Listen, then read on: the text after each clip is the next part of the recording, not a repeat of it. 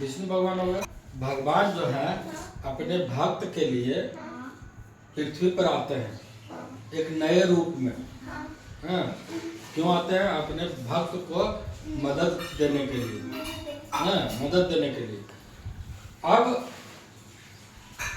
प्रहलाद जो है, भक्त प्रहलाद की उपाधि दी गई है। प्रहलाद जो है वो भगवान विष्णु के बहुत बड़े भक्त थे।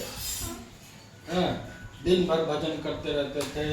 जब भी मौका मिलता था हरि हरि विष्णु हरे विष्णु हरे विष्णु हरे विष्णु। नहीं, प्रहलाद तो भगवान की पूजा करते थे, विष्णु भगवान की पूजा करते थे। तो विष्णु भगवान उससे बहुत खुश थे कि यह जो है बालक यह बहुत ही और हमारी पूजा करता है, बहुत खुश। प्रहलाद के जो पिताजी थे वो थे राक्षस कुल के। राक्षस कुल के थे तो उनका नाम था हिरण्यकश्यप।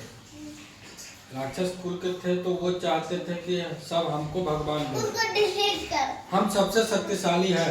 हिरण्यकश्यप कहते थे हम सबसे शक्तिशाली है। मेरे राज्य में कोई भगवान की पूजा नहीं करेगा, सब मेरी पूजा करेगा।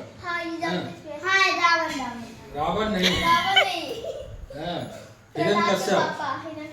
तो सबको जो है वो कहते थे, कोई डर से उनका पूजा नहीं करता था। लेकिन उनका बेटा जो था बहुत बड़ा भक्त था तो उसको बार बार मना करते थे कि तुम नहीं विष्णु भगवान को का पूजा करो, मेरा पूजा करो, मैं बहुत शक्तिशाली हूँ, मैं विष्णु भी मेरे सामने कुछ नहीं है, मेरी पूजा करो। लेकिन प्रहलाद बोले कि नहीं, हम विष्णु भगवान को ही माने।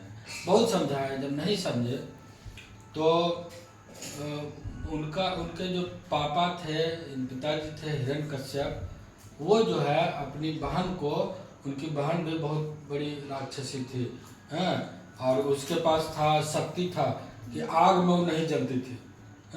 उसके पास एक चादर था, वो चादर ओढ़ के जब बैठ जाते थे ना तो आग में भी नहीं जलती थी।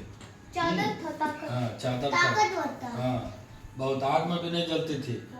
तो अपनी बहन को बोले कि जाओ, प्रहलाद मेरा बात नहीं मानता है, इसको आग में जला दो। तो जो है सो वो अग्नि में बैठ गए प्रहलाद को लेकर के। वो तो जलती नहीं, वो ओढ़ी हुई थी।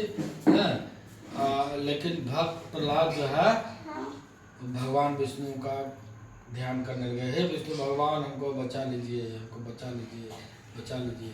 बस विष्णु भगवान शक्ति दे दिए, शक्ति दे दिए भक्त प्रहलाद को। अब भक्त प्रहलाद आग में नहीं जला और होलिका जल गई। उसी के लिए होलिका दहन हम लोग करते हैं। होलिका जल गई यानी बुरा थी वो तो जल गई। इसी के लिए होलिका दहन होता है। और मामा एक बात कीजिए उसको।